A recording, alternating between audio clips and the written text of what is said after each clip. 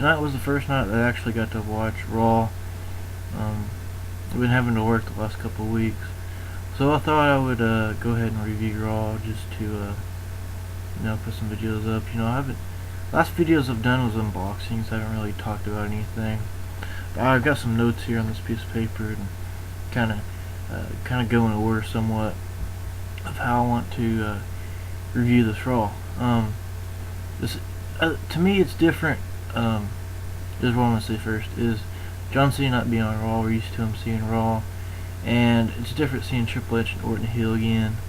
To me personally, I think Triple H and Randy Orton are better at being heel than face, because all the years we've seen Randy Orton and Triple H being a heel.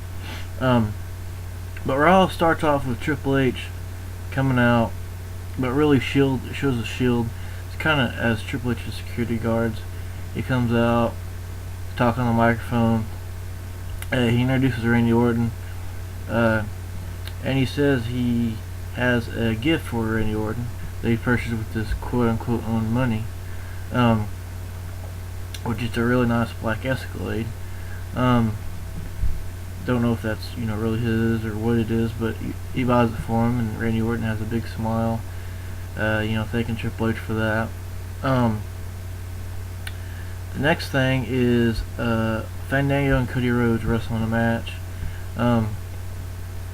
As you know, at SummerSlam, Fandango kept interrupting The Miz when he would be talking to some superstar or somebody, and so The Miz, came out dressed as Fandango with Rosa Mendez, which we haven't seen on TV in a while.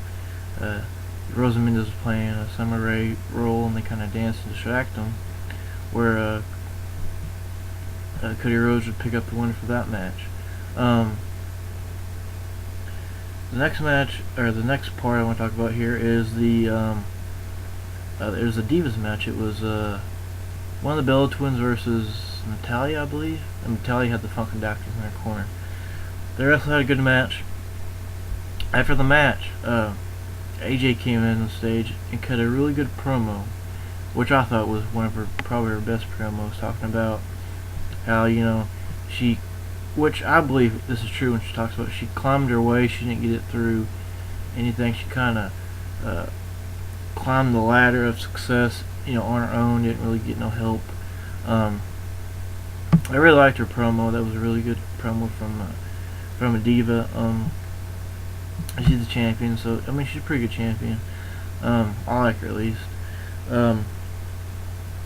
Next thing was it showed Josh Matthews interviewing Ryback in the backstage area there, and he asked Ryback if why is he being a bully. Now he WWE has this Be a Star campaign, don't be a bully. The thing that gets me is that they have a guy like Ryback, or whoever it could be, bullying other people. Like he put suit down that guy's, I guess, shirt at SummerSlam. They just grabbing Josh Matthews like this by the mouth, throwing him down. It's weird, WWE having all this bully stuff, and they're showing the little kids and everybody that you could do this and be a bully, but to be a star, I don't really get that. But I guess they're trying to have Ryback, since he's a heel, and wants to have him go over as a good heel or whatever. But that's my thoughts on that part.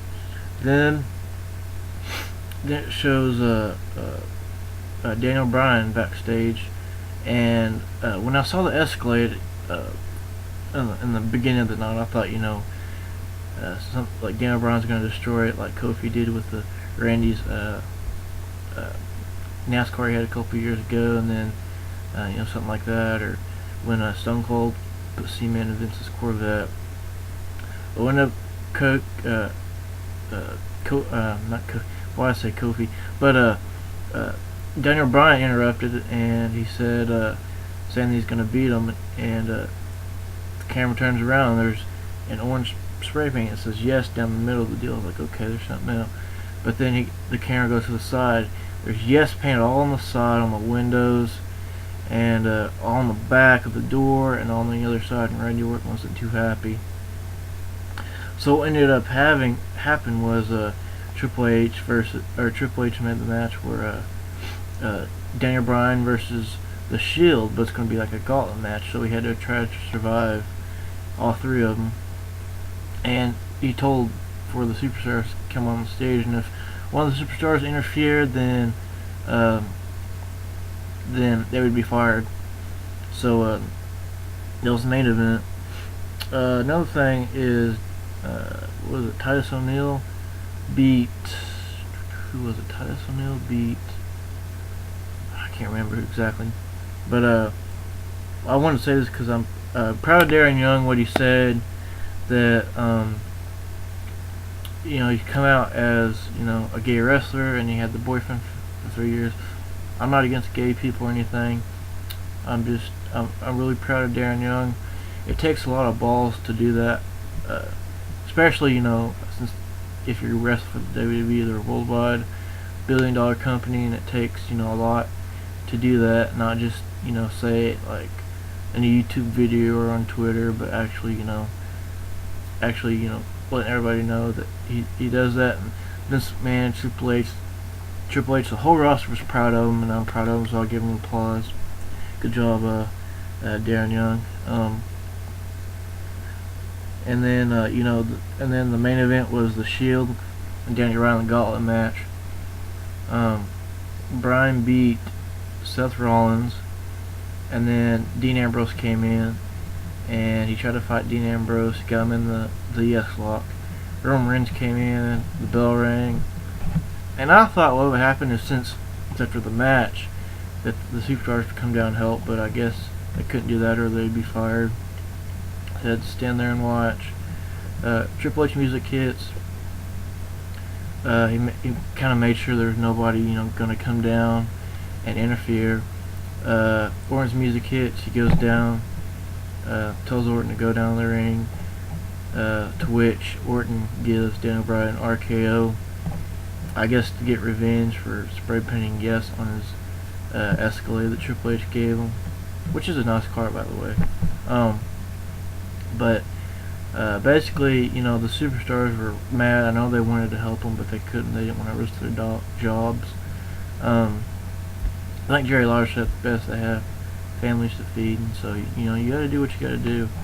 But Raw ended with the Shield, doing like the little fist stills and standing over Bryan. I want to say this is a pretty good Raw. This is the first time I've watched it in, it's been a while, probably a month or so, or months plus. I've just been busy working. I request Mondays off, but it's not the case sometimes. Last Monday I had to close, so I couldn't really work. We closed at 9 where I work, so I had to work till I went home till like 9:30 or something like that. So I didn't get to watch Raw. But those are my thoughts on Raw. I did watch SummerSlam. It was a pretty good pay-per-view. It's Lesnar probably wrestled his last match until WrestleMania 30. But yeah, it was a pretty good overall Raw. It's just a different feeling to me. I don't know if I just haven't watched in a while, but John Cena not being there, and all about Orton and Daniel Bryan. I do like Daniel Bryan. He's the story of the underdog coming, and he's won the world title before, and he's been in Ring of Honor and won the RH title, and then go into the big lead saying he can't win the big one, and he won the World Heavyweight title and Champions. He has a chance to win the WWE title, which I hope it happens, but I don't think it will. I think Orton will retain the WWE title. And so with that, I'm going to end this video. I will do, if you like me reviewing these Raws, I'll do more, definitely. Just comment below and let me know. I try to catch Raw as much as I can if I'm not working. My schedule is different every week. I work at least 3 to 5 times a week. Anywhere between 5.5, 6 hours a day. So it's just different, every week. So yeah, I'll just so let me know if you want to like my review, rate, comment, subscribe, all that good stuff. I hope everybody has a good day, evening, wherever you're at. Right now it's almost 10:30 here, and I'm just doing this review right after Raw. So I just so my mind's fresh about everything. So yeah, I'll see you guys later.